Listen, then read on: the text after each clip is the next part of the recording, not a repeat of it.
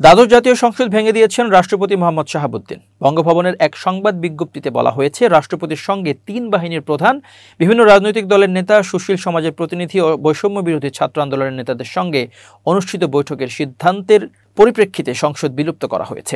নির্বাহী আদেশেই সংসদ বিলুপ্ত করা হলো। এর আগে বেলা ৩টার মধ্যে সংসদ ভেঙে দেওয়ার আলটিমেটাম দেয় বৈষম্য বিরোধী ছাত্র আন্দোলন। তা না হলে কঠোর কর্মসূচি দেওয়ার হুঁশিয়ারি দেন তারা। ছাত্র জনতার আন্দোলনের মুখে গত সোমবার প্রধানমন্ত্রীর পদ থেকে পদত্যাগের পর দেশ ছেড়ে ভারতে যান শেখ হাসিনা। শেখ হাসিনার পদত্যাগের মধ্য দিয়ে তার টানা 15.5 বছরের শাসনের অবসান হলো। শেখ হাসিনার পদত্যাগের পর দেশ পরিচালনার জন্য অন্তর্বর্তীকালীন সরকার গঠনের প্রক্রিয়া শুরু হয়।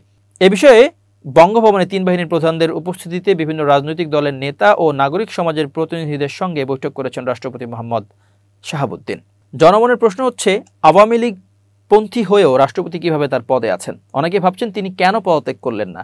আসলে রাষ্ট্রের নিয়ম হচ্ছে প্রধানমন্ত্রী পদত্যাগপত্র জমা দিবেন রাষ্ট্রপতির কাছে। আসলে এর উত্তর হচ্ছে, রাষ্ট্রপতি হচ্ছেন রাষ্ট্রের প্রধান। সরকারি কেউ পদত্যাগ করলে বা প্রধানমন্ত্রী পদত্যাগ করলে রাষ্ট্রপতির কাছে তার পদত্যাগপত্র দেন। তবে রাষ্ট্রপতির আইনিভাবে কোনো পদত্যাগের নিয়ম নেই বলে তিনি এখনো শপথে রয়েছেন।